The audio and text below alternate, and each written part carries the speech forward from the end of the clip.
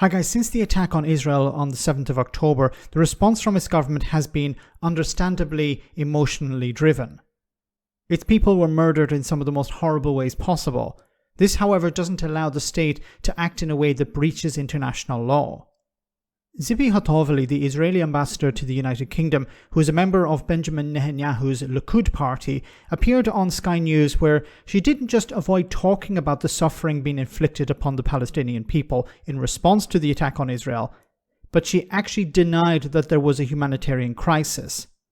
Then she started asking Kay Burley, the host, a few questions, completely unhinged. Have a listen to this.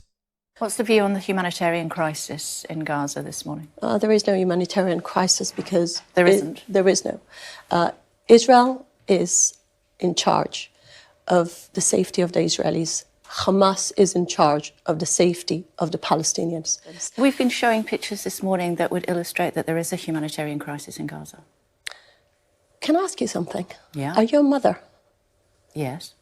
What would you think if your children would have been executed in front of your eyes? Would you expect your government to think about those Nazis committing those crimes and to say, wait a second, first of all, we need to protect the enemy, and then to protect my children?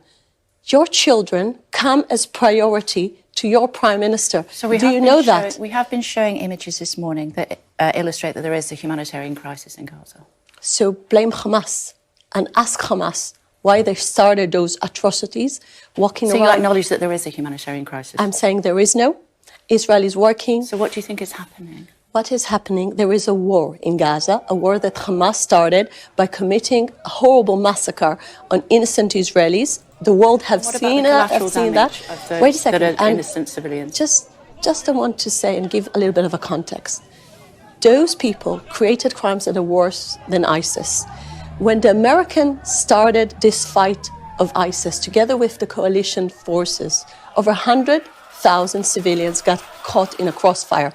Israel is trying to prevent that. Israel is better than any other army in the world. We are alerting, we are giving them the opportunity to have a shelter. We are doing things that no other Western army did in the past. This is completely unhinged, completely insane. So, a number of things here. So first of all, she denied that there is a humanitarian crisis, even though the UN and the media is already pointing it out. You know, her government have cut off electricity and water to Gaza City. Now, the water it seems, has been restored to southern Gaza, but her government has ordered, the IDF have ordered civilians in Gaza City to evacuate because a ground invasion is going to take place. Get out now. You know, because it's safer than staying where you are. This includes medical staff. This is insane. And how can you say that there isn't a humanitarian crisis? There is a humanitarian crisis. Even, you know, your allies are saying there is. Now, the second part, of course, is the idea that she's trying to put the Palestinian people who are suffering at the moment on the same level as Hamas. You notice how she said that, well, what if somebody came and killed your family? Would you want your government to look after your enemy first? So the Palestinian people are the enemy of Israel. Is this what she's saying? This is not some, crazy person outside the government. This is the Israeli ambassador to the United Kingdom saying these types of things. Saying that these are her words, not mine. The Palestinian people are the enemy of Israel.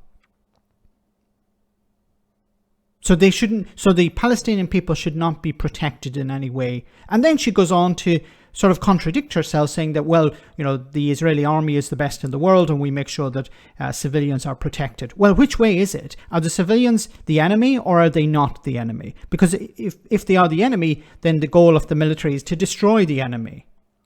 You can't have it both ways.